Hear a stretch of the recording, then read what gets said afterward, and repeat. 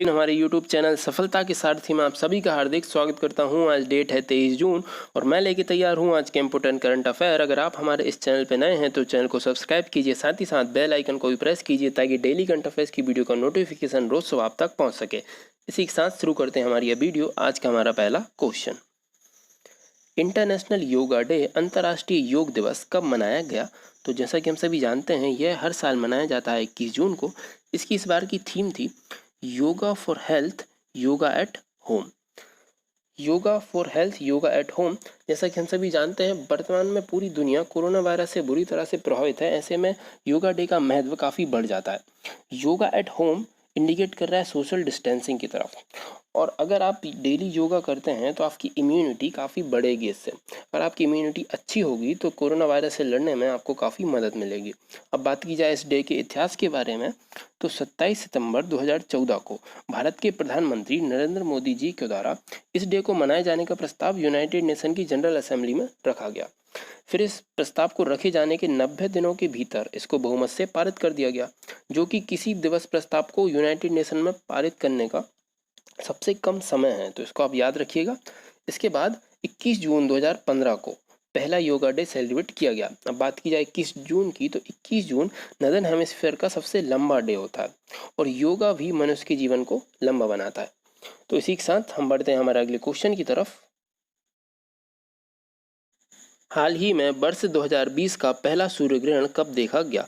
तो यह देखा गया 21 जून को। सूर्य ग्रहण का नज़ारा काफ़ी सालों बाद दिखा था। इसमें सूर्य पर एक फायर रिंग की स्थिति बन गई थी जो 30 सेकंड तक के लिए थी। जैसा कि आप देख सकते हैं सूर्य की जो आउटर लेयर है वहाँ से लाइट आ रही है और यह एक रिंग फॉर्म कर रही है। इसमें चांद ने सूर्य के 98.8% पार्ट को कवर कर लिया था।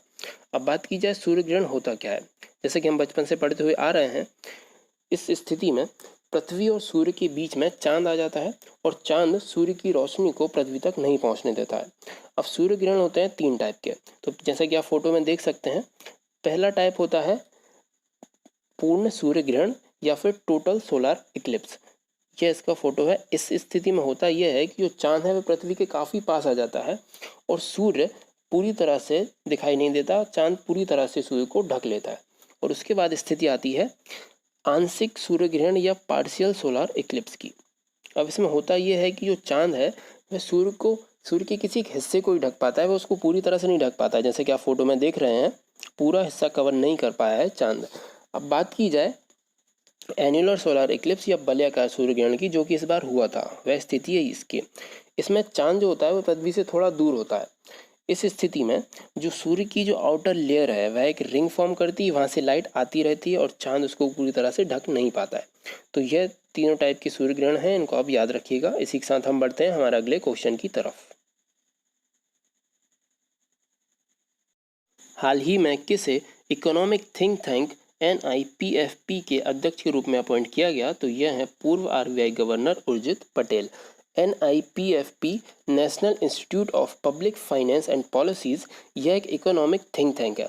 अब इकोनॉमिक थिंक टैंक की अगर बात की जाए तो यह विचारक समूह होता है। यह उस इंस्टीट्यूट को कहते हैं जो political strategies, economics, military, social policies जैसे कंसर्निंग टॉपिक्स पर रिसर्च व चिंतन करते हैं। अब बात की जाए उर्जित पटेल के बारे में तो यह RBI के 24वें नंबर के गवर्नर थे। इसके अलावा शक्तिकांत दास ये वर्तमान में RBI के 25वें नंबर के गवर्नर हैं। बात की जाए रघुराम राजन की तो यह RBI के 23वें नंबर के गवर्नर थे।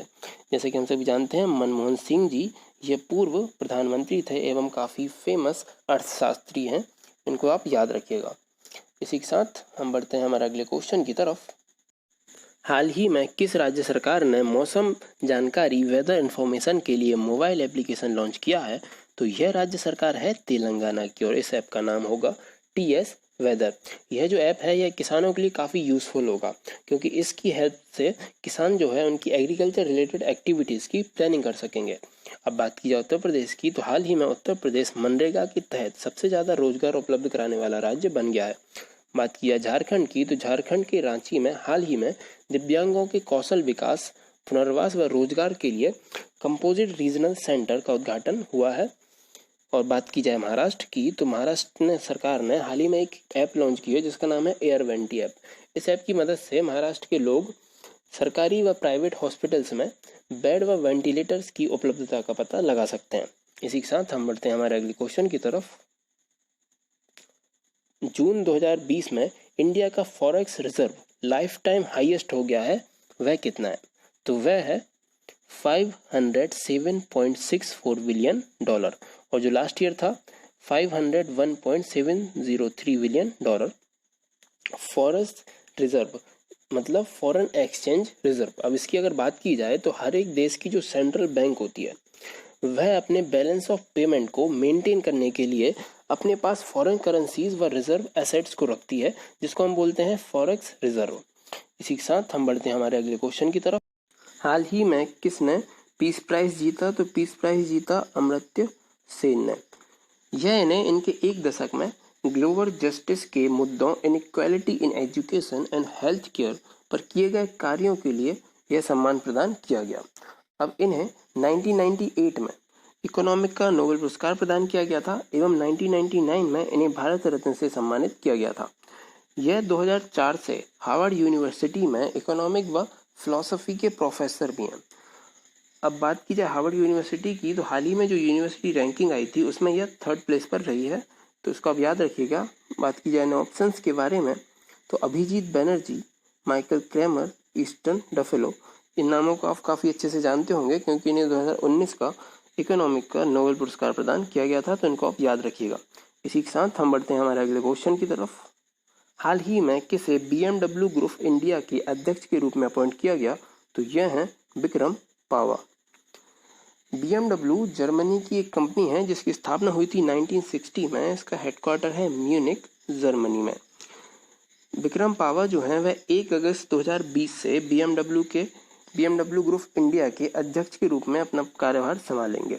इसी के साथ यह BMW ग्रुप ऑस्ट्रेलिया व न्यूजीलैंड के एडिशनल चार्ज को भी कंटिन्यू रखेंगे, यह वहाँ के भी अध्यक्ष रहेंगे। इसी के साथ हम बढ़ते हैं हमारे अगले क्वेश्चन की तरफ।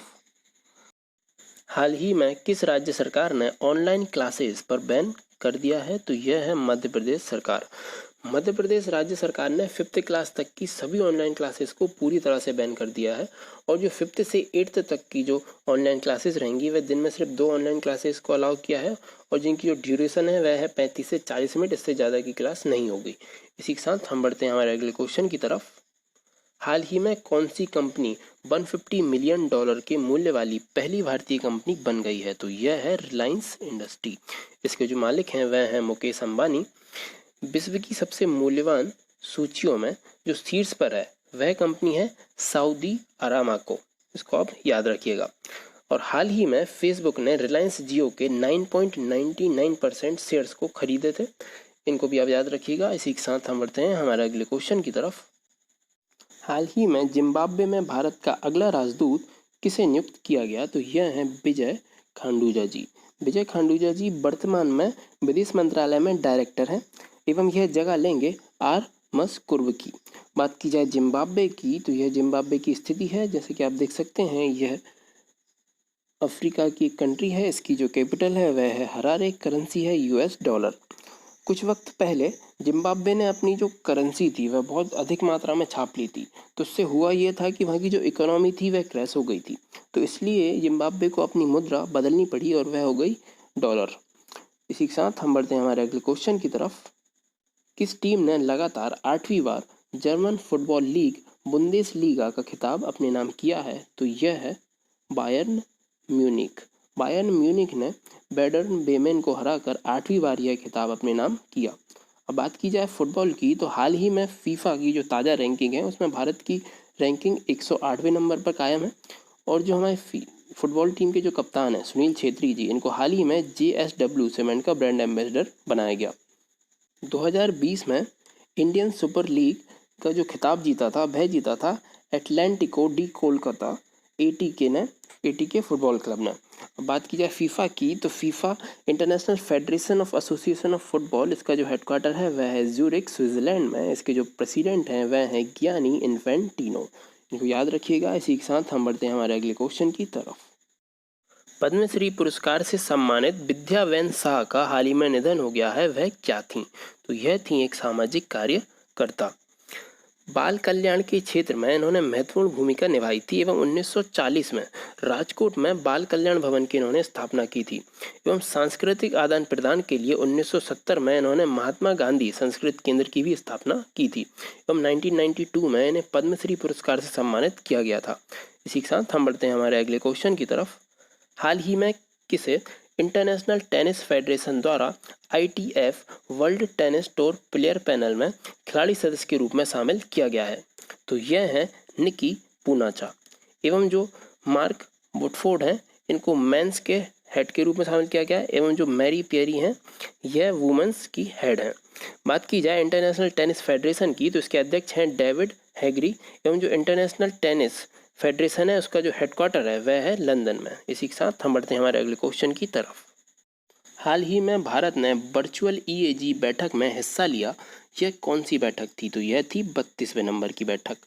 Eurasian group on combating money laundering and financing of terrorism EAG की 32वीं बैठक हुई जिसमें भारतीय अधिकारियों ने भाग लिया। यह बैठक financial action task force FATF के तत्वाधान में आयोजित की गई। बात की जाए FATF की तो इसका जो हेडक्वार्टर है वह है पेरिस, फ्रांस में। इसी के साथ हम बढ़ते हैं हमारे अगले क्वेश्चन की तरफ। फ्रांस ने भारत की कोविड-19 से लड़ने के लिए भारत के साथ कितने ऋण समझौते पर हस्ताक्षर किए हैं? तो यह है 200 मिलियन यूरो का ऋण समझौता। इसका उद्देश्य है कोविड-19 संकट में भारत के सबसे कमजोर वर्ग की मदद करना, उनकी सहायता करना। अब बात की जाए फ्रांस की तो यह फ्रांस की स्थिति है वर्ल्ड के मैप पर, जैसा कि आप देख सकते हैं। इसकी कैपिटल है पेरिस। पेरिस है सीन नदी के किनारे, तो इसको आप याद रखिएगा। अब एवं यूनेस्को का जो हेडक्वार्टर है वह भी पेरिस में है। इंडिया के जो एम्बेसडर हैं वह फ्रांस में है, उनका नाम है जावेद अशरफ, तो उनको आप याद रखिएगा। इसी के साथ हमारी यह वीडियो यहीं ख़त्म करते हैं। कल फिर मिलेंगे दोस्तों। जय हिंद।